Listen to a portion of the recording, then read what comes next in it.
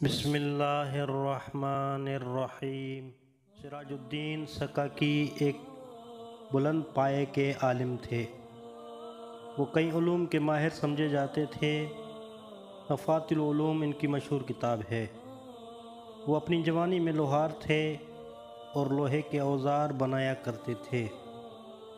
انہوں نے اس دور میں ایک ایسا تالا بنایا جس کا وزن صرف 1 قیراط تھا، اور اس تالے کو بادشاہ کی خدمت میں بطور ہدیہ پیش کرنے لے گئے۔ بادشاہ اور اس کے درباریوں نے اس تالے کو دیکھا ضرور، لیکن اس کی کوئی خاص تعریف نہیں کی۔ اسی اثنا میں ایک عالم دربار میں داخل ہوا تو بادشاہ نے اٹھ کر اس کا استقبال کیا اور اسے اپنے پہلو میں بٹھایا۔ سکاکی نے پوچھا، یہ کون ہے؟ اسے بتایا گیا یہ ایک عالم ہے۔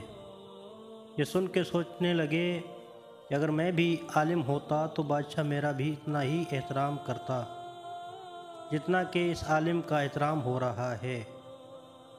اس وقت سکاکی کی عمر 30 سال تھی۔ وہ تحصیل علم کے لیے مدرسہ گئے۔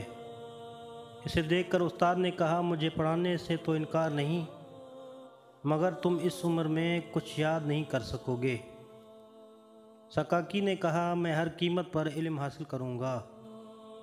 استاد نے کہا، میں تمہارے حافظے کا امتحان لوں گا، پھر تمہیں پڑھانا شروع کروں گا۔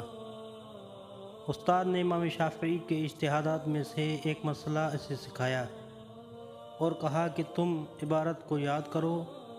عبارت یہ تھی، قال الشیخ یطہر جلد الکلب بالدباغ۔ شیخ کا قول ہے کہ دباغت سے کتے کی جلد پاک ہو جاتی ہے۔ استاد نے کافی دیر تک سکاکی کو یہ عبارت یاد کرائی۔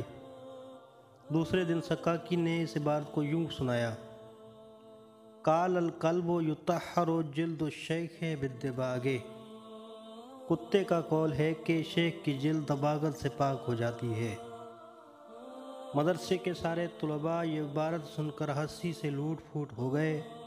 سکاکی اپنے مستقبل سے مایوس ہو گئے اور دل میں کہنے لگے کہ اس عمر میں کچھ پڑھنا بیکار ہے، بالخصوص جب قوت حافظہ کمزور ہو۔ انہوں نے مدرسہ چھوڑنے کا فیصلہ کر لیا۔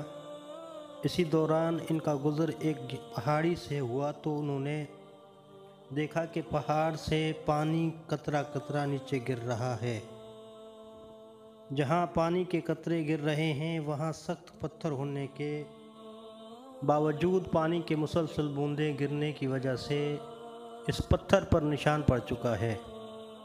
سکاکی اس منظر کو کافی دیر تک دیکھتے رہے، پھر اپنے آپ سے کہنے لگے، پتھر سے زیادہ سخت کوئی چیز نہیں اور پانی سے زیادہ نرم کوئی چیز نہیں۔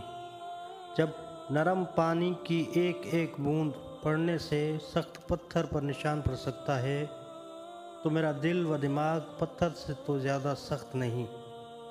یہ سوچ کر ایک نئے عزم اور ارادے سے انہوں نے پڑھنا شروع کیا۔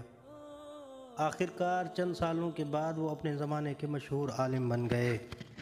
رب صلی علی محمد و آل محمد۔